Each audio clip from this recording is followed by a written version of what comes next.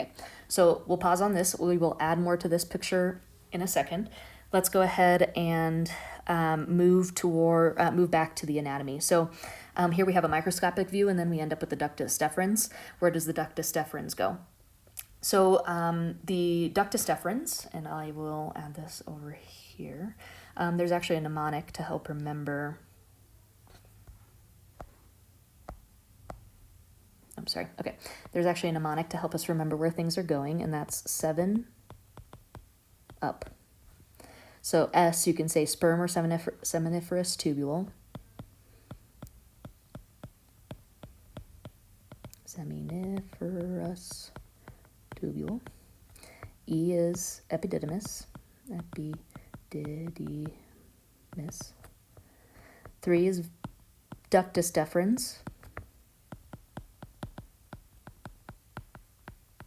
But formerly called vas deferens. 4 is nothing. N doesn't mean anything. Right? Oh my gosh. Am I losing my mind? Yeah, no. Oh my gosh, I skipped a letter. That's why I'm confused. I'm sorry. So E is ejaculatory duct. Ejaculatory duct. And I guess we can draw as a lowercase n. Okay, perfect. 5 then is the urethra. The urethra actually comes in there's 3 subsections of the urethra. Sperm is specifically going to travel through the membranous urethra, and then the spongy urethra. And the spongy urethra is what is within the penis, and that's P. All right. So, sperm started in seminiferous tubules, went through this whole 7 up, and then finally exit out the body. Okay. So let's talk about the epididymis while we're here in this image as well. So the epididymis will take immobile sperm and help mature them.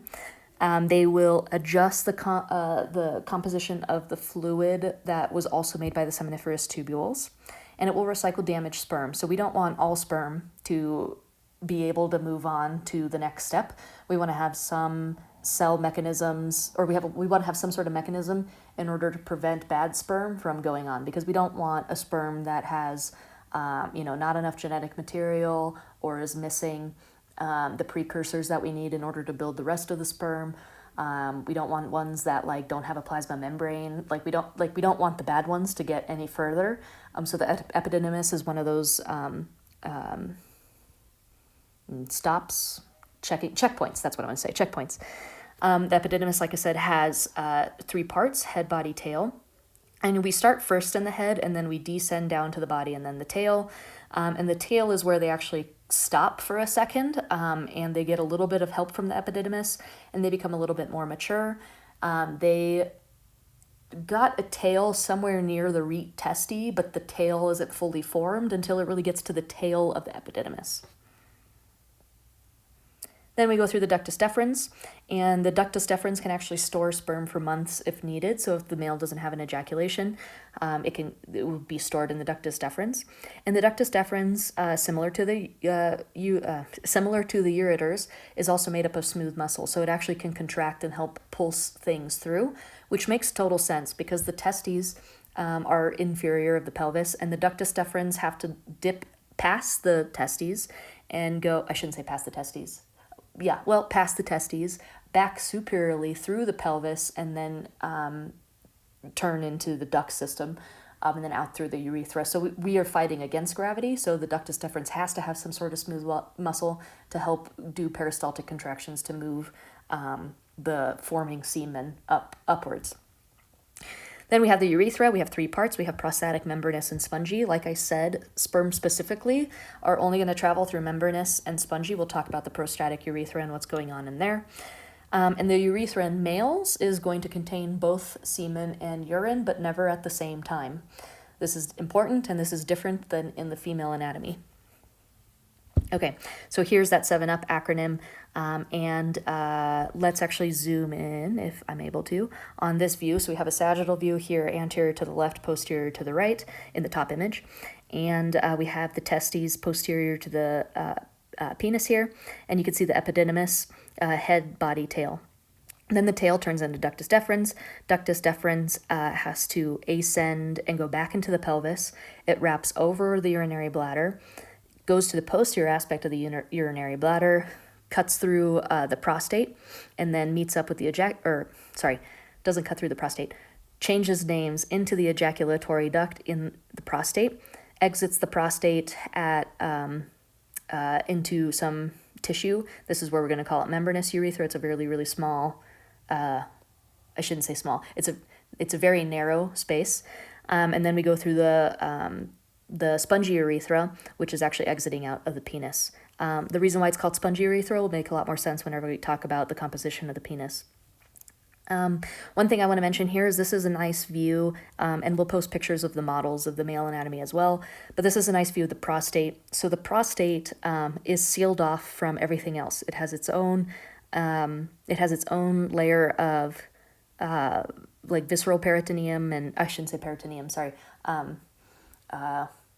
visceral membrane and parietal membrane, and that separates it from everything else. The ejaculatory duct and the membranous urethra just pass through it. They don't actually really interact with the prostate too much, so nothing goes out of the ejaculatory duct and the prostatic urethra, but things can go in. This is really important because in prostatic cancer, one of the first signs of prostate cancer is the inability to urinate, or it's painful to urinate. And that's because you can see that you have the prostatic urethra, and that's the part that's taking in urine from the urinary bladder.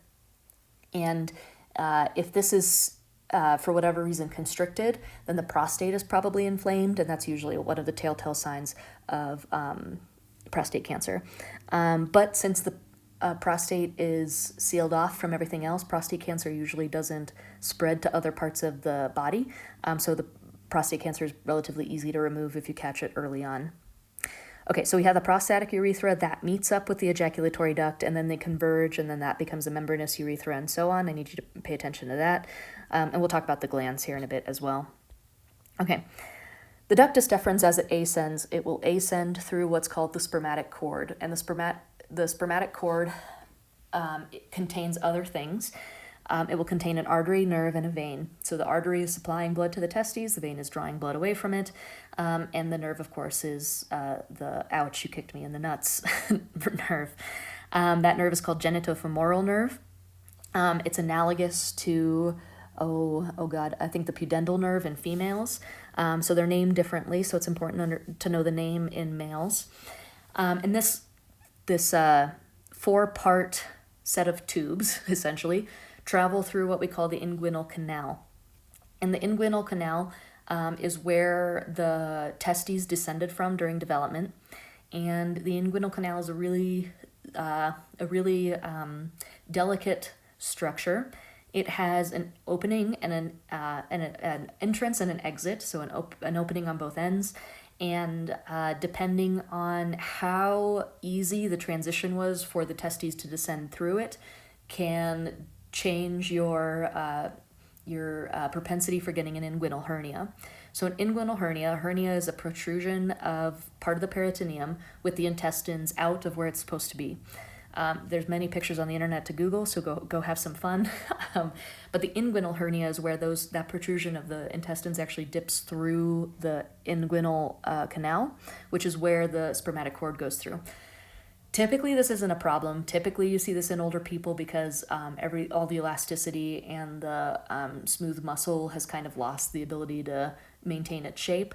So you typically see this in the elderly and nursing homes, but it can be detrimental to sperm production because if you put too much pressure in this area and you close off blood supply to this area, then the testes remain useless, and that's really when it becomes a problem. Of course, obviously, cosmetic reasons, if that bothers you, of course, you should go get it fixed.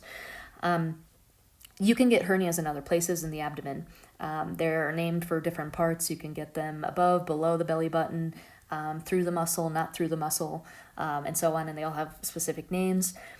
Typically, this is also seen more so in men than in women because men experience they grow at a faster rate during puberty than females do, typically, not always. And because of this, the musculature and the peritoneum and all of the oh my gosh, I'm forgetting the all of the connective tissues don't have enough time to build themselves up. So there's holes essentially, or there's weak spots that can easily become holes. And when those holes open up, then the intestines can protrude out. And typically this happens, or you can tell like whenever you're laughing or whenever you're straining during a difficult poop session, you can actually see the intestines like protrude out of those pockets. That can be really dangerous though, and that usually needs to be corrected with surgery because you don't want any of those intestines bursting or getting stuck in the hernia, and then you're ruining the ability for the bowels to actually move things through. So, what else do I want to mention? Spermatic cord. I forgot to mention this, but the venous return for the testes has a specialized structure called a papiniform plexus. Papiniform plexus. This is specific to testes because the papiniform plexus is a specialized venous structure that surrounds the spermatic cord, and it helps maintain the temperature gradient. So it helps cool off the relatively hot blood that's coming in through the artery before it reaches the testes. The whole point of having the testes outside of the pelvis is to maintain a different temperature, a cooler temperature than what was in the body. So the papiniform plexus is going to help us make sure of that as well. All right. I don't think I have anything else on this slide. Let's continue. Okay, here is a nice view of the prostate and the urinary bladder. So what we're looking at is a posterior view, anterior is through the page, and you can see the ureters coming into the urinary bladder at the trigone. Not covering, but kind of wrapping around the ureters or the ductus deferens. And the ductus deferens then end where the seminal glands will also meet. And so we have an ampulla there, ampulla of the ductus deferens, and this is where, oh my gosh, wow, I'm spacing my words, I'm sorry. Secretions from the seminal glands will contribute to the semen that's already being made. And then after the ampulla of the ductus deferens, then we end up in the ejaculatory duct. Ejaculatory duct cuts through the prostate, meets up with the prostatic urethra, and then changes names into the membranous urethra. From this view, you can also see the bulbourethral glands, so urethral meaning next to the urethra, bulbo meaning they look like tiny bulbs, very easy to remember. These are much smaller than the seminal glands, and we'll talk about their purpose as well. But essentially, the seminal glands, prostate, and bulbourethral glands are helping produce more of that seminal fluid as the sperm travels through it. So it makes sense that everything needs to be relatively in close quarters of itself. And then here we have some microscopic views of what's going on. And as usual, we'll post more pictures as we go through this section. Okay. So for males,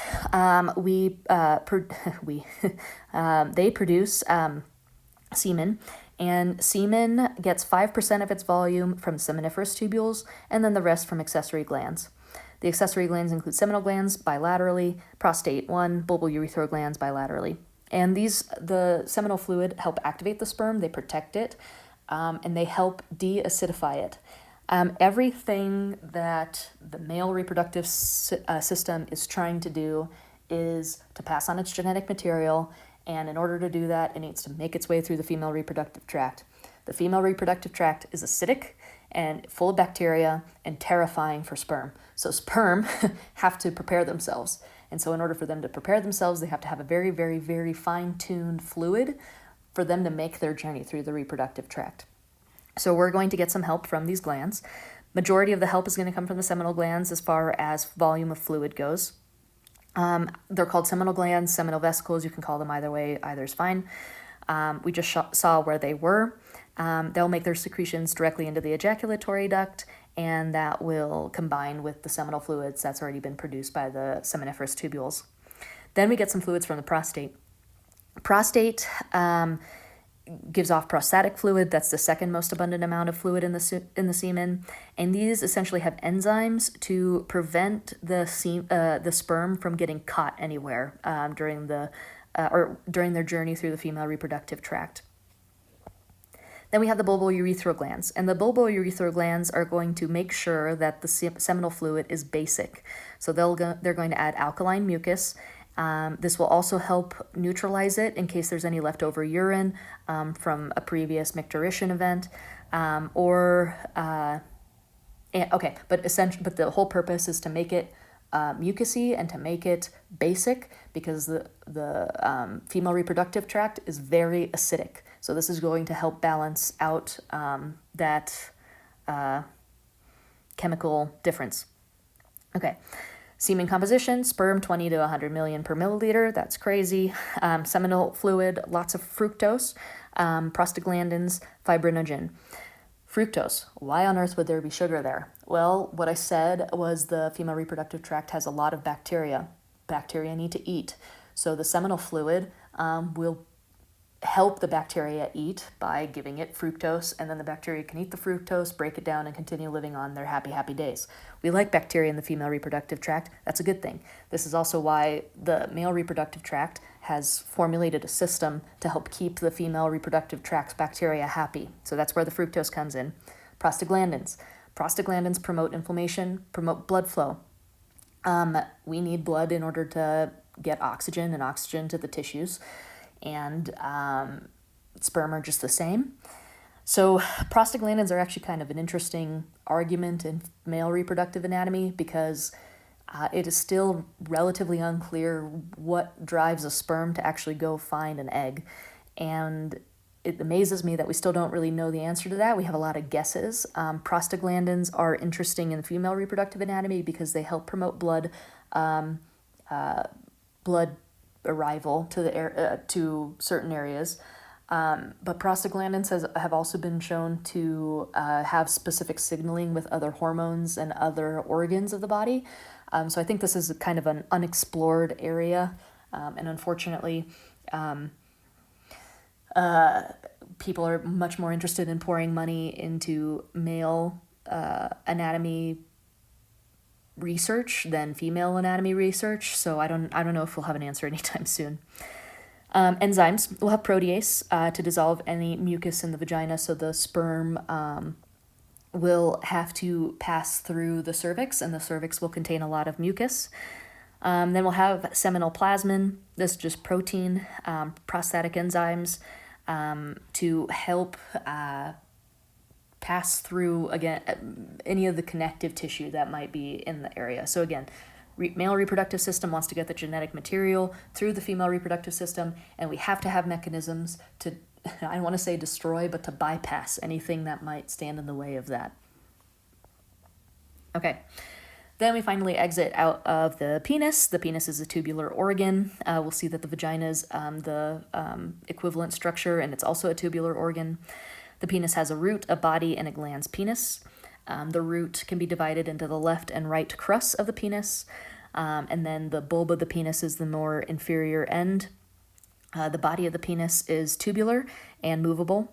Then the glans penis is the most distal end, and it surrounds the external urethral orifice or sphincter. Then we have the foreskin and prepuce. I don't believe we've talked about prepuce yet in this class, but prepuce is actually the Latin origin is the Pope's hat. And if you've ever looked at the Pope's hat, it looks exactly like the same in males, and we have an equivalent structure in females as well. But this is a fold of skin that will cover the glans penis. Circumcision usually removes part of the foreskin and some glands that are hidden within the foreskin. Circumcision is a cultural piece, not necessarily or originally it was a cultural, not a cultural piece, it was more of a cultural, more cultural related than medically related. Over time, medicine said, oh, well, there's actually some benefits to circumcision. not saying that men are not clean or anything, but men actually can carry the HPV virus in uncircumcised penises, and they won't have any symptoms, so they would never even know that they're carrying it. And then during vaginal sex, they can easily transmit it to a female. So circumcision is recommended in the US to prevent that, but in other countries, not necessarily. There's always an option to in other countries, but some people just don't have that preference, or they have other religious reasons for it. If there is no circumcision, then it's hopefully taught well to the parent to help teach that child how to best take care of themselves in order to not prevent any buildup of any viruses or bacteria within those extra folds. Okay, the penis itself has erectile tissue in the body, and this is where we get that spongy urethra name, because the erectile tissue is very spongy. It has three, and actually let me draw this. So if I was to do like a cross section of the penis, you could see the three erectile bodies, and I know that looks like a face, and it looks like a face on a human cadaver, and it is very strange. We have two erectile bodies that share the same name, and one erectile body that does not share the same name, and the one that does not share the same name is where the urethra will actually come out of, which makes this picture even more scary. And this is the corpus spongiosum. So meaning singular, corpus singular, and that's, we only have one, so we don't have any changing names there. Then the eyeballs in this picture are the corpora cavernosa. So plural. So that's if you were talking about both of them, both this one and this one. I don't want to keep those dots there. If you're talking about just one, then it would be corpus cavernosus. So pay attention to this for the lab practical, because we will take off points for this. So if it is pointing to one of the structures, one, you will end with a US or a UM. If it's pointing to two structures, then you know it's not corpus spongiosum, because there's not two of those. Then it's probably corpora cavernosa. And again, you can identify the corpus spongiosum because the urethra is passing through it.